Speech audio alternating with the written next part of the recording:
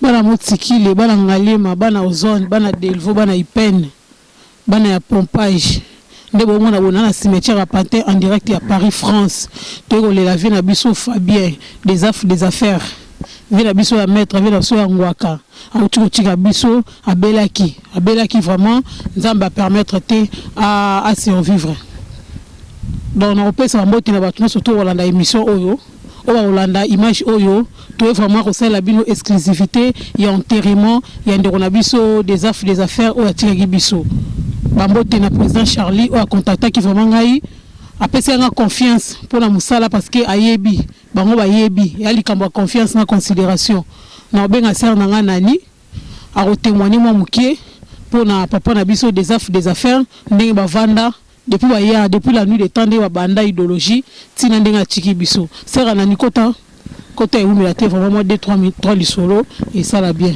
Bonjour mais attends la caméra. Bonjour maman. Bonne santé. Ah ça va un peu mais ils ont passé pour na ndeko biso uchi biso.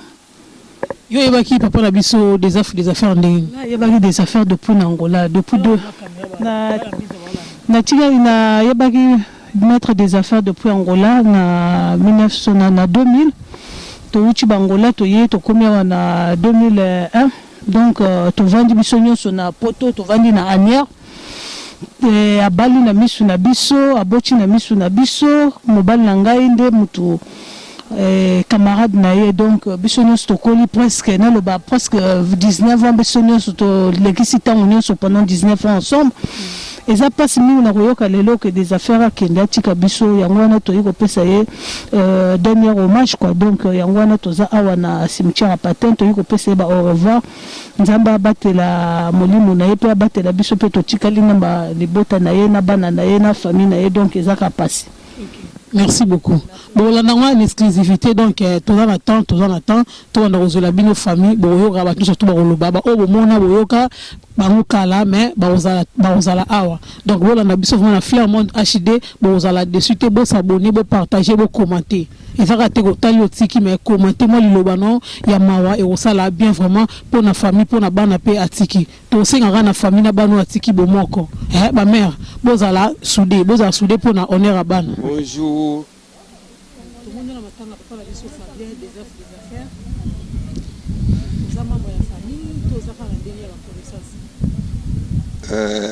Ngana za tata omoni tata na ye ngana kobenga ye noko lokola ba tata nyonso basili ngani munatikali tata.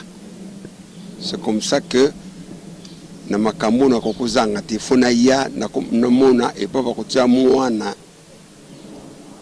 na mabele bon kombo nanga nganga Nestor bon ba faire ba yibilinga nganes hôtel voilà liwa ya Fabien déjà ko yoko dike mwana na wewa achiki biso achiki mokilo c'est la télé mais ce qu'on perdre mutu yo moko pendo za mutu oza komona ndenge nini ezala kola après ye ezala ki lokola après ye na utu ko kunda mama na ngana kisasa na zongi 3 mois après moi na kufi et il faut ça la passe eza passe olongoli ezala kola ba longolo loboko so ba longolo loboko na nzoto ko sala nini e ko sala passe ngai pe tata esalinga passe omoni ke na lobino nazala esika tokotia ye na mabele po ngande tango na kozonga na kisasa lokona kendeke na kei na sali quelques jours na kisasa na yebisa bandeko na ye ke nazalaki na cimetière et pa batia ki mwana na mabele na monaki ilobani no ko loba pona bana na ye bakoko na yo na baninga na ye to na ba membre ya famille etikali to sambela kaka lo sambo nde leke loko nyonso lo sambo nde leke eloko nyonso parce que eza nzila oyo eza nzila ya biso nyonso na yo cameraman na ngai kaka tozoka na nzila moko mais tomi bongisaka kaka ndinga kotambola parce que eza nzila ya biso nyonso soki nzalaki nzila biso nyonso te ba mi continuer ba kufa te po baza na mbongo mais mbongo na bango etalaka te mais lokola nzambe atindaka biso na mokili na mission mutu na mutu aza na mission na ye mutu na mutu aza na mission na ye soki lere na ye koki nzambe alobi yaka osaleli nga voilà. Merci beaucoup. Mais sincère condoléances. Merci beaucoup. Merci. Bonjour maman.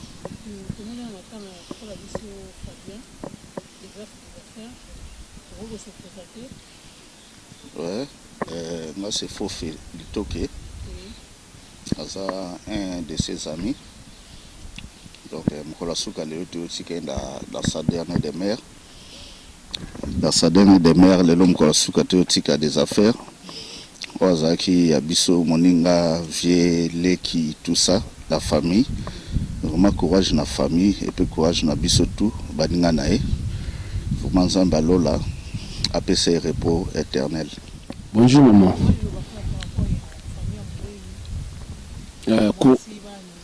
Yango tolo baka courage ezanzela ya biso nyonso. Donc azaki vraiment mutumo malamu. Malgré tout tolo baka bolama mutu soki akufime. En tout cas des affaires za mutu malamu. Toko tika ekaka azongisi molimo pa kolonza mbeto osinga ka molimo na ye epima na kimia. Donc même on a mitema. Kombo na nga Odon Likala. Merci maman.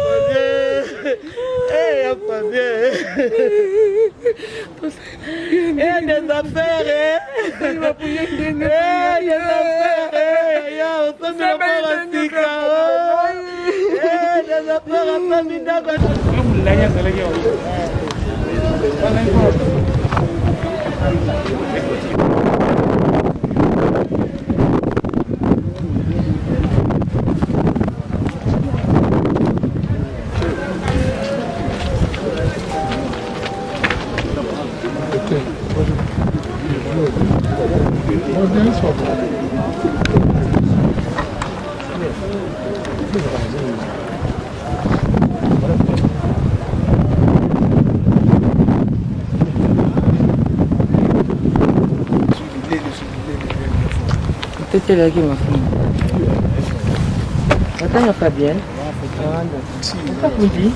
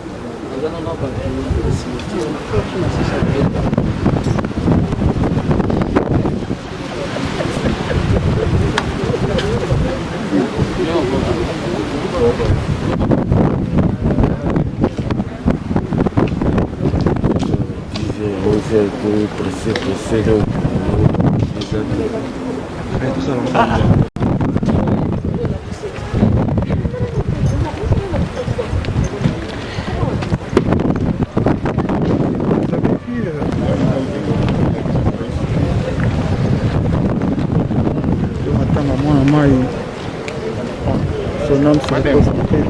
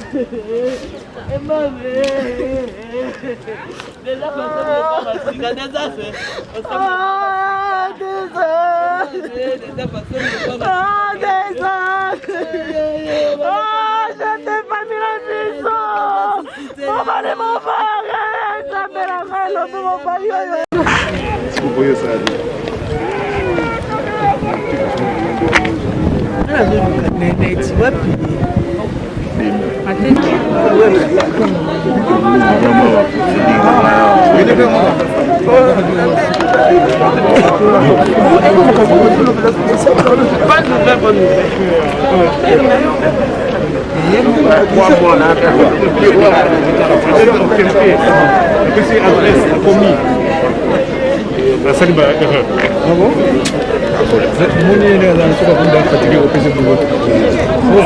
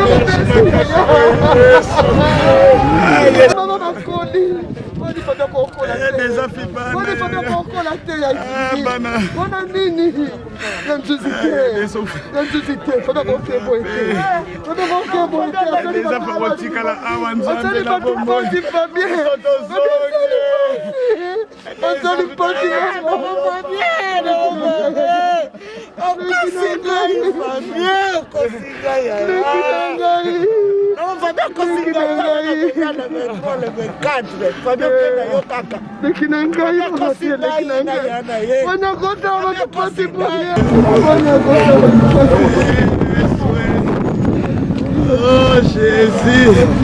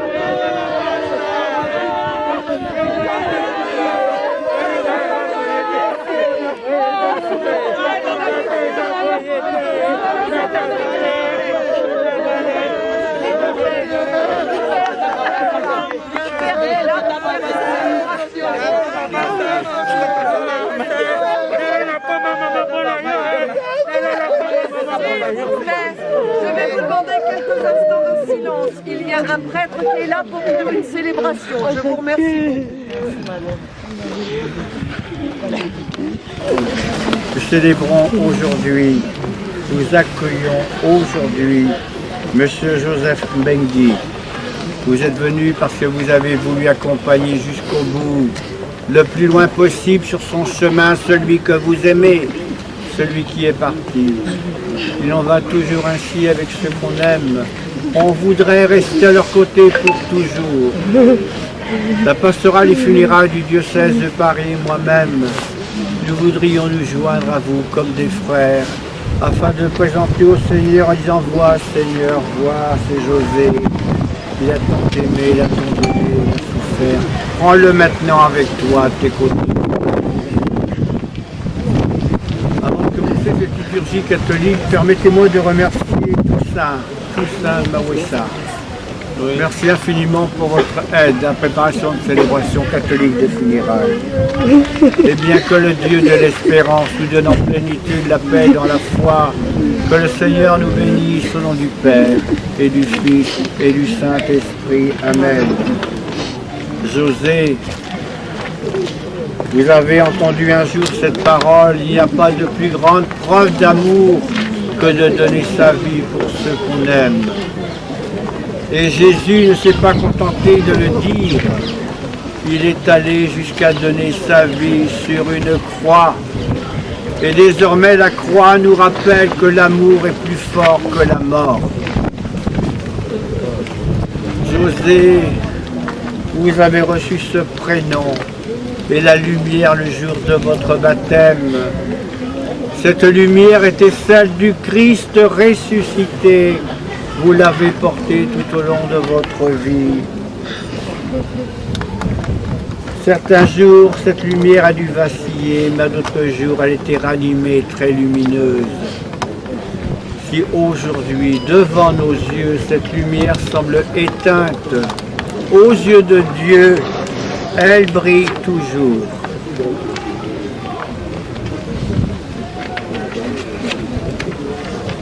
Par le baptême et les sacrements qu'il a reçus, José est devenu enfant de Dieu. Que le Christ lui pardonne ses erreurs et l'introduise auprès du Père.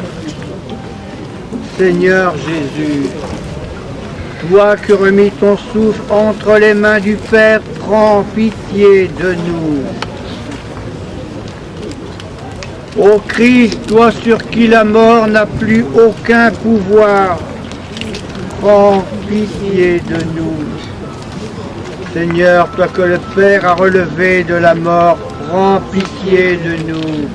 Nous te prions, Seigneur, montre ta bonté à José qui vient de nous quitter accorde-lui ta miséricorde. Si vous voulez faire une lecture, madame.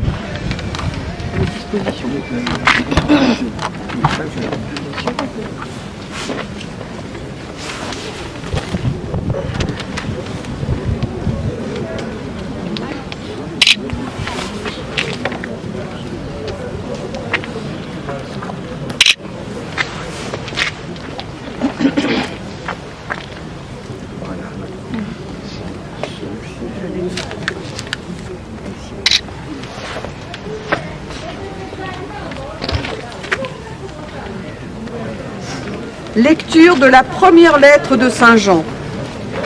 Bien-aimés, nous savons que nous sommes passés de la mort à la vie, parce que nous aimons nos frères. Celui qui n'aime pas demeure dans la mort. Quiconque a de la haine contre son frère est un meurtrier. Et vous savez que pas un meurtrier n'a la vie éternelle demeurant en lui. Voici comment nous avons reconnu l'amour. Lui, Jésus, a donné sa vie pour nous. Nous aussi, nous devons donner notre vie pour nos frères. Parole du Seigneur. Parole du Seigneur, nous rendons grâce à Dieu. Nous apprendre le psaume 129.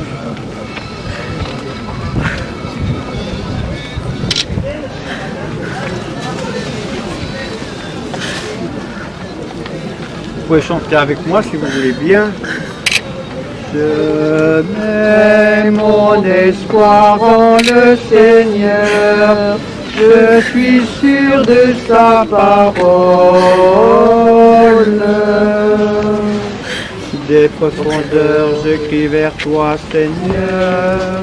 Seigneur, écoute mon appel, que ton oreille se fasse attentive au cri de ma prière. Je mets mon espoir dans le Seigneur, je suis sûr de sa parole.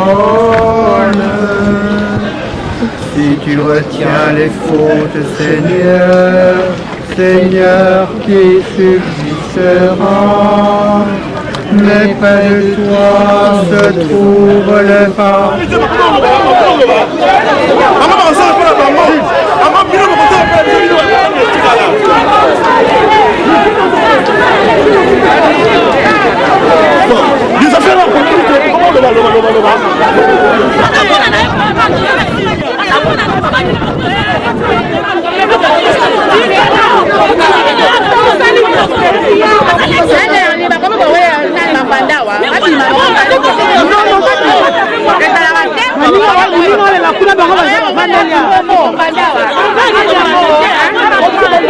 Livi des affaires à côté de l'Iboulou Liboso, Sergei Licolo.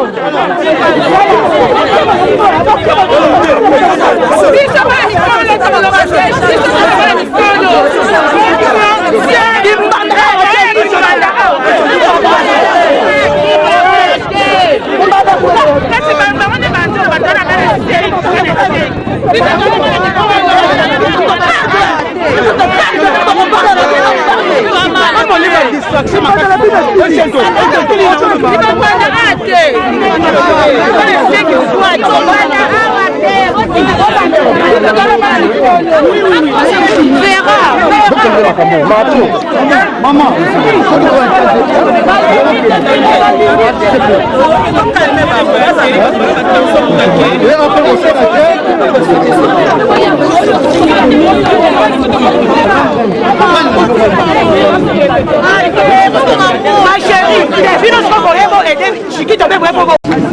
ozozwa libulu ya pamba ezalaka zela ntango la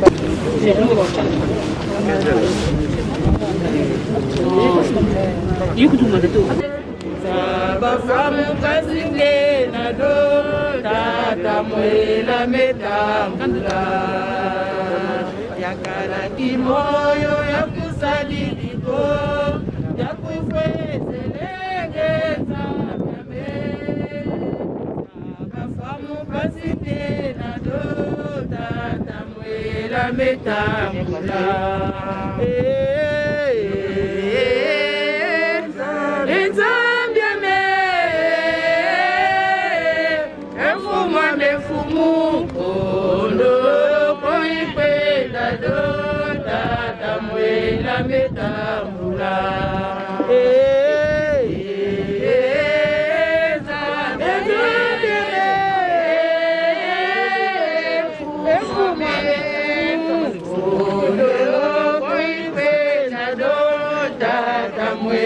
metambula yakala kimoyo ya kusadiliko ya kufezelenge nzambi tabafamukatinde nado tata mwela metambula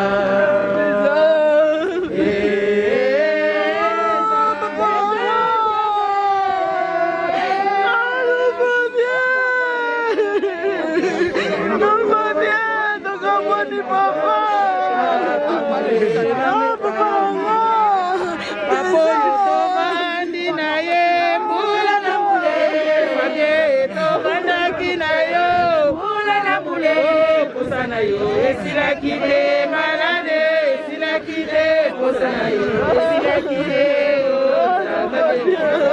papa fabeto bandi na ye, papa fabeto bandi na ye.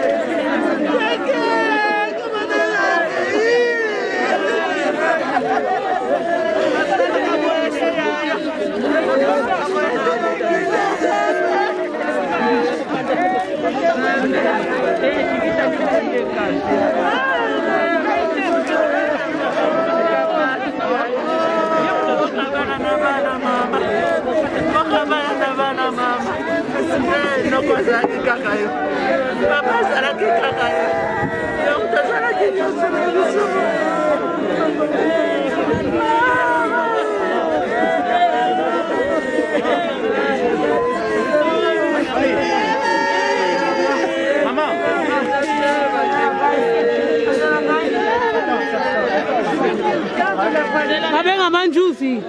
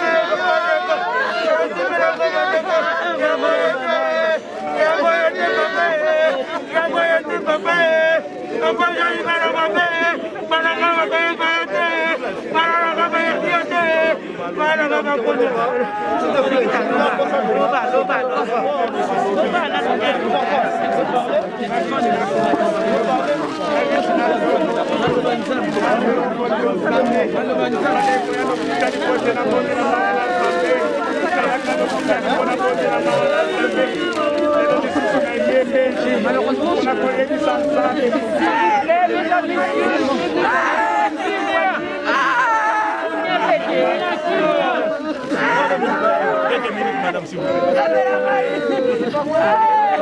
Oui, là, on va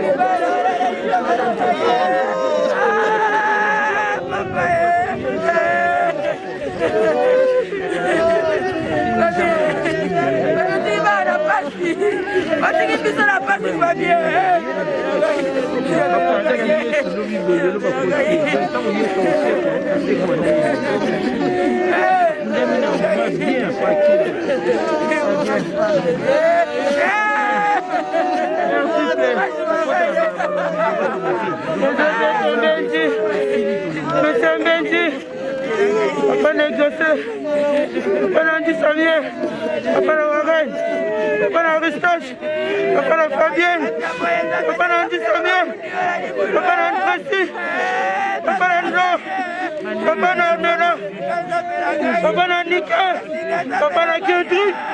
Elle a vu la 10 enfants là, papa. On a qui a tous les 10. J'attaquais le papa Nagaï.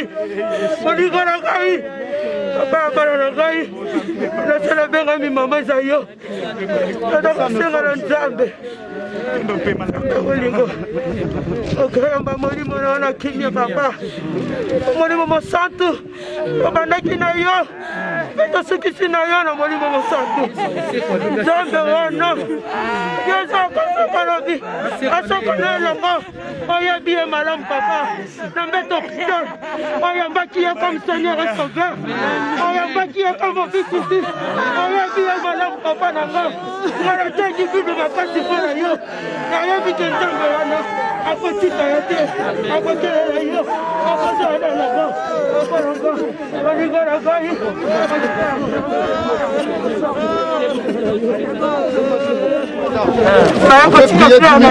Le souci c'est qu'après le mariage, papa la bande dans l'école va dire des fleurs. On a le monocule. Il faut déposer les fleurs avec la bande. On a son matindi. Papa ma hanche là yo. Pas qu'on vieille sur yo. Ça le dit qui fait oyo. Et dans le papa ma hanche là on donne l'engo. Papa l'engo. Dans le monde yo. Amen. Non, c'est moi. Sélection de sortir, action sur 10, tout le monde va devoir allez, et il reste 5 minutes. 5 minutes ou vraiment 5 minutes, monsieur.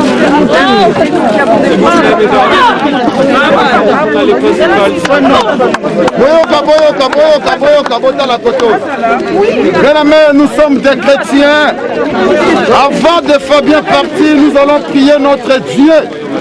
Nous allons adorer notre Dieu, bien aimé dans le Seigneur. Fermez les yeux pendant 2 ou 3 minutes. Nous allons contempler la gloire de Dieu. Aujourd'hui, c'est le jour de Fabien. Demain, ça sera toi. Bien aimé, il faut préparer bien ta vie. Aujourd'hui, c'est Fabien. Demain, on était ensemble avec Fabien. On était ensemble avec lui. Mais aujourd'hui, bien aimé, on vient d'enterrer Fabien. Il faut penser à vous. Il faut penser à vos enfants. Il faut penser à vos avenirs, bien aimés. C'est très important. La Bible déclare chaque chose a son temps. Il y a un temps pour tout. Il y a un temps pour toute chose. Sur la terre, bien aimé, ça ne sert à rien de discuter. Ça ne sert à rien de faire des calculs pour la mort. Aujourd'hui, c'est Fabien. Demain, ça sera toi. Demain, ça sera moi. Ça ne sert à rien, bien aimé, de faire des calculs. Tu peux préparer ton voyage. Tu peux réserver ton voyage pour aller partout où vous voulez. Mais bien aimé, la Bible déclare dans le livre des Hébreux, chapitre 9, verset 25, il a réservé aux hommes de mourir une seule fois. Ça, c'est Dieu, bien aimé. On réserve pour la mort, on réserve billet d'avion, on réserve l'hôtel, mais pour la mort, c'est l'éternel, c'est l'éternel, c'est l'éternel, c'est Dieu qui a voulu. Ça ne sert à rien de faire des calculs. La Bible dit, il faut glorifier l'éternel. Dans toutes choses, glorifier l'éternel. Aujourd'hui, pensez à vous. 1 minute de réflexion. Et hier, on était ensemble avec lui. Mais aujourd'hui, il est parti. Demain, tu seras où, bien-aimé? Tu seras où, bien-aimé? Nous tous, on va suivre Fabien. Personne ne restera ici sur la terre. Et Jésus, il est mort sur la croix. Il a défendu la mort spirituelle, ce n'est pas la mort physique. La mort physique, c'est pour nous. La spiritualité, c'est pour notre Dieu. Préparer ton avenir, préparer ton éternité, bien-aimé. Ça ne sert à rien. Il faut passer 1 minute seulement de réflexion. Aujourd'hui, Fabien, mais demain, moi, Fabien, moi, Jimmy, moi, Pauline, je serai où? 1 minute seulement.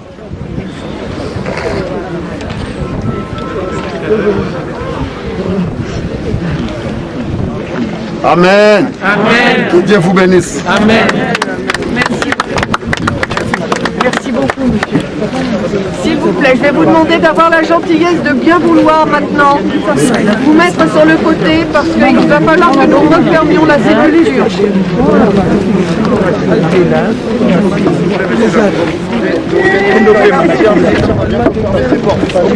Regardez vos véhicules.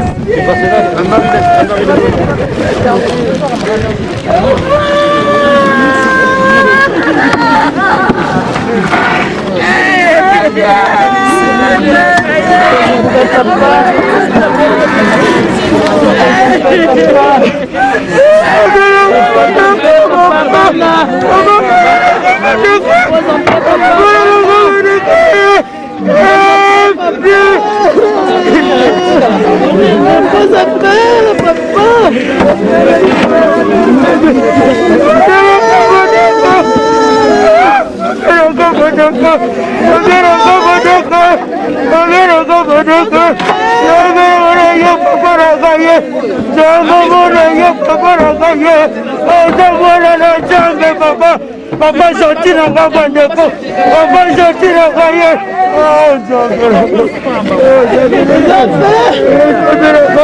Alors, je vous demande de regagner l'extérieur du cimetière, s'il vous plaît. Le cimetière va bientôt fermer ses portes.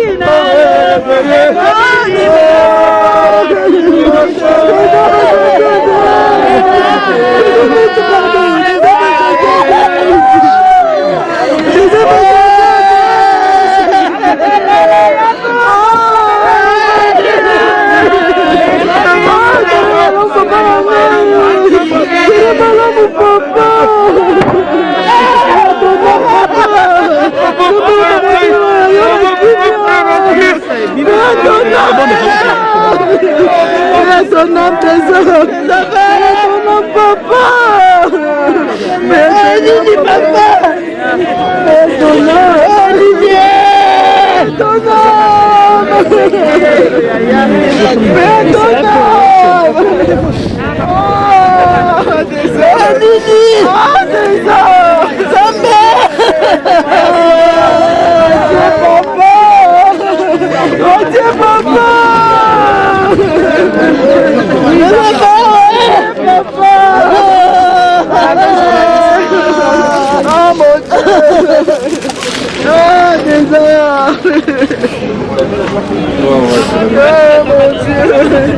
S'il vous plaît, mesdames, messieurs, il va falloir vraiment évacuer le cimetière parce qu'il va fermer, s'il vous plaît. Ah bon?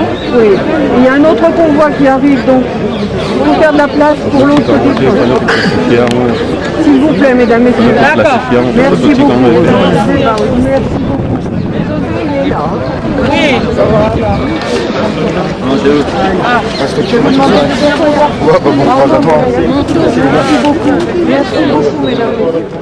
Oui, na se présenté ngai Davin Diambo. Toza a na Paris, to tika ndeko na biso Flavien.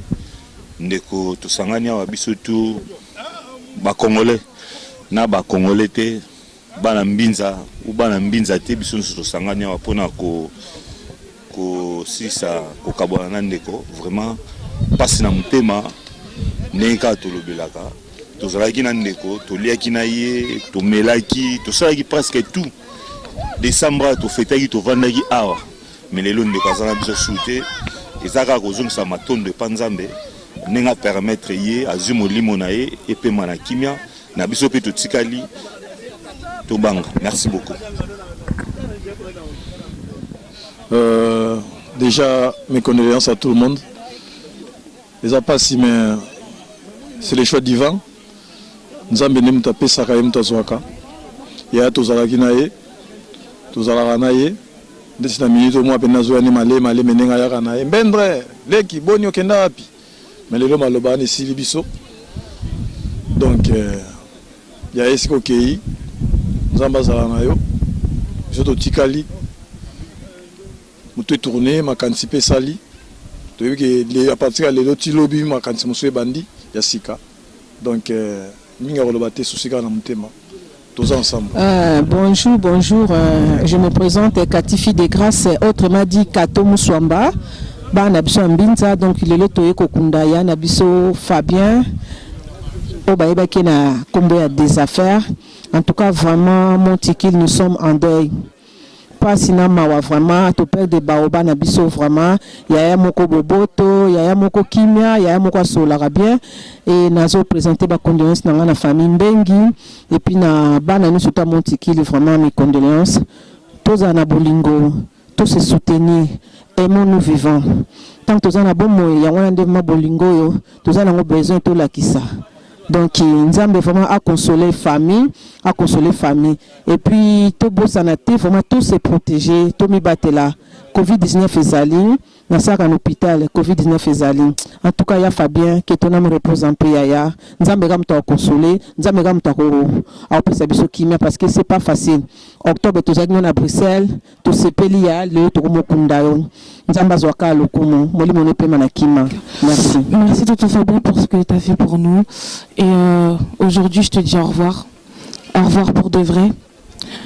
J'espère que là où tu es, tu vas reposer en paix et que tu es heureux. Et sache qu'on va continuer à se battre pour toi. Et que on fera en sorte que Kendrick ait une belle vie, comme tu l'aurais souhaité. Bon, on a pu suivre nos beautés, tout souhaité qu'à condoléances na famille Mobimba, surtout au dernier mois dans la biso Chiquita. Bon, tout kunda bokio na biso des affaires, babenga ka bon. Tout souhaité kakaba na bako na malamu, na bomoko, bazala ini, et donc à tout souhaité angwana libota Chiquita, bazala na kimia. Bon, c'est Zek Mafoui là. Moi, na Binza Delvo, na Botamina Delvo, na Colina Delvo. Les lots auto perdre reza famille. Auto Timusika, to sali ba 8000 km, tito komina donc to koma famille. les lots des affaires accueillis, bon, ils ont passé. Et puis ils ont l'inzela moutinion surtout que biso mbinza en tout cas tous les lignes de Ronabiso peut te conduire en tout cas les lots ne tozo panzana et zamkola suka. En tout cas na osenga na famille courage. Ils ont été famille comme te perdre biso peut te perdre au abiso. Oui, bonjour à tout le monde. Bon, moi comme on a eu Ricky Kilengo, on a de vrais de Binza, donc souci à Makasi Mingi vraiment il y a que perdre, il y a besoin de vraiment de vrais de Binza, Fabien des affaires, Yangama, donc et ça ne pas s'il y a trop, mais vraiment bah parisien, bah outil par-ci par-là, bah il y a vraiment que Kabola Mawa na bah ndeko nyoso il y a des affaires. Na ba na mbinza nyoso donc tout ça vraiment na mawapoto bungisi vraiment baoba vraiment ça lui passe donc on a passé pe ba ndeko mususu ba za pe des vrais de binza.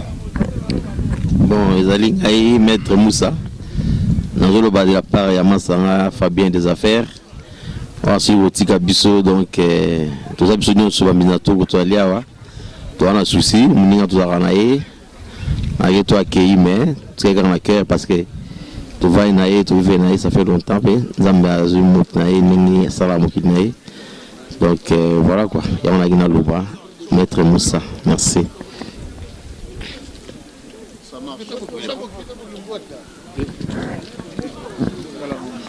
Ouais, Willy Kossi, l'ami de Fabien, son frère vraiment, tu es bien beau moi, tu te colles, Banini. Aujourd'hui c'est dommage qu'il est parti si tôt.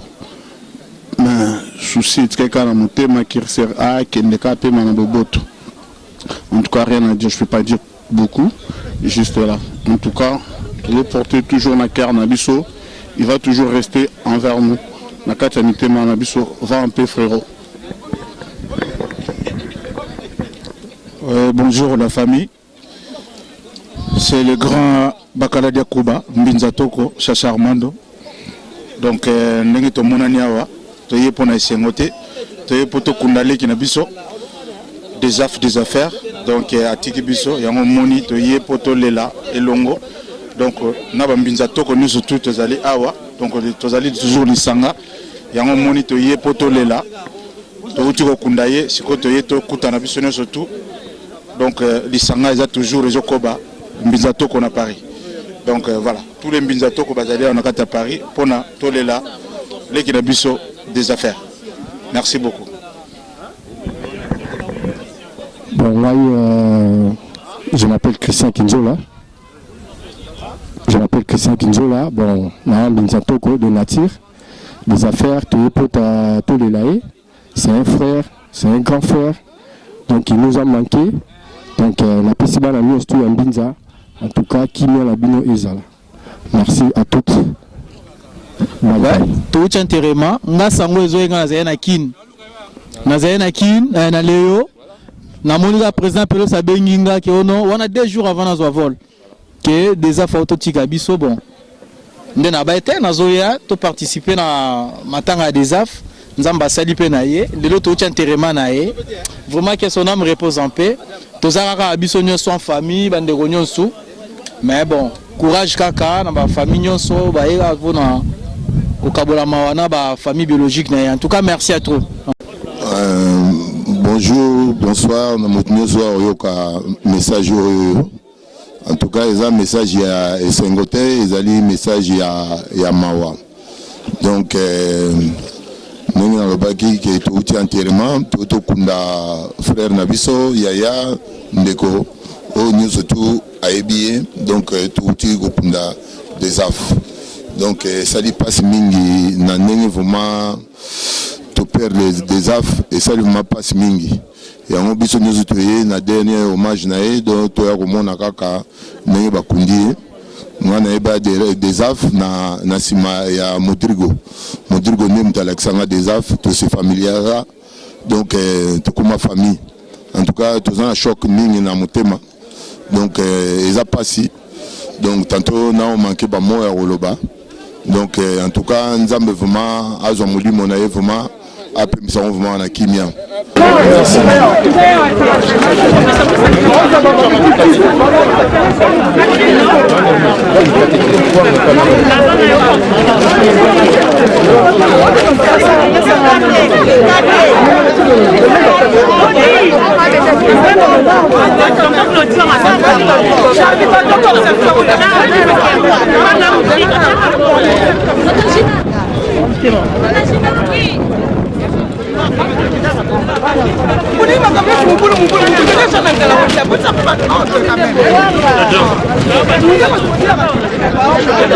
Gracias.